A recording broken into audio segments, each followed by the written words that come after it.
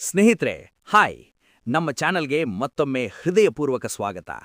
ಇಂದು ನಾವು ಮಾತನಾಡುತ್ತಿರುವುದು ಕನ್ನಡ ಟಿವಿ ಜಗತ್ತಿನಲ್ಲಿ ನಡೆಯುತ್ತಿರುವ ಒಂದು ದೊಡ್ಡ ಟಿಆರ್ಪಿ ಯುದ್ಧದ ಬಗ್ಗೆ. Bigg Boss Kannada season 12.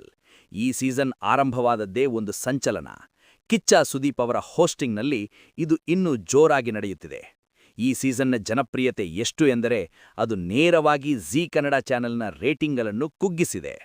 ಹೌದು, ಬಿಗ್ ಬಾಸ್ನ ಡ್ರಾಮಾ, ಟ್ವಿಸ್ಟ್ಗಳು ಮತ್ತು ಸ್ಪರ್ಧಿಗಳ ಆಟ ಜೀ ಕನ್ನಡದ ವೀಕ್ಷಕರನ್ನು ಕಲರ್ಸ್ ಕನ್ನಡದತ್ತ ಸೆಳೆಯುತ್ತಿದೆ. ಈಗ ಬಿಗ್ ಬಾಸ್ ಸೀಸನ್ 12ನ ಗ್ರ್ಯಾಂಡ್ ಫಿನಾಲೆ ಹತ್ತಿರ ಬರುತ್ತಿದೆ. ಹೌಸ್ನಲ್ಲಿ ಉಳಿದಿರುವ ಸ್ಪರ್ಧಿಗಳ ನಡುವೆ ತೀವ್ರ ಸ್ಪರ್ಧೆ, ಭಾವನಾತ್ಮಕ ಕ್ಷಣಗಳು, ಅನಿರೀಕ್ಷಿತ ಎವಿಕ್ಷನ್ಗಳು ಎಲ್ಲವೂ ವೀಕ್ಷಕರನ್ನು ತಮ್ಮ ಆಸನದ ಅಂಚಿನಲ್ಲಿ ಕೂರಿಸಿವೆ. ಯಾರು ಟ್ರೋಫಿ ಗೆಲ್ಲುತ್ತಾರೆ? ಯಾರ ಹಣೆಯಲ್ಲಿ ವಿನ್ನರ್ನ ಕಿರೀಟ? ಈ ಪ್ರಶ್ನೆಗಳು ಎಲ್ಲರ ಮನಸ್ಸನ್ನು ಕಾಡುತ್ತಿವೆ. ಆದರೆ ಇಲ್ಲಿಗೆ ಒಂದು ದೊಡ್ಡ ಟ್ವಿಸ್ಟ್. ಜೀ ಕನ್ನಡ ಇದೀಗ blockbuster hit Kantara chapter 1ನ ವರ್ಲ್ಡ್ ಟೆಲಿವಿಷನ್ ಪ್ರೀಮಿಯರ್ ಪ್ರೋಮೋ ಬಿಡುಗಡೆ ಮಾಡಿದೆ.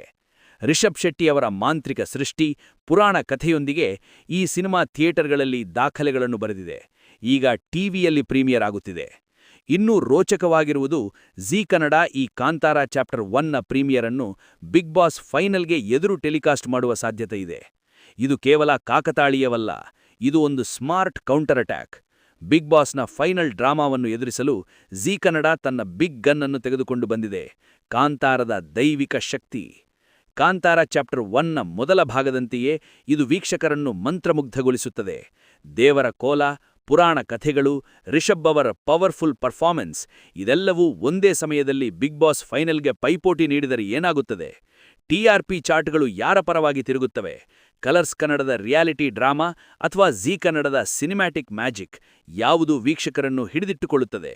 ಈ ಟಿವಿ ಯುದ್ಧ ಕನ್ನಡ ಎಂಟರ್ಟೈನ್ಮೆಂಟ್ಗೆ ಹೊಸ ಉತ್ಸಾಹ ತರುತ್ತದೆ. ನೀವು ಯಾವುದನ್ನು ನೋಡುತ್ತೀರಿ? ಬಿಗ್ ಬಾಸ್ ಫೈನಲ್ ಅಥವಾ ಕಾಂತಾರ ಪ್ರೀಮಿಯರ್?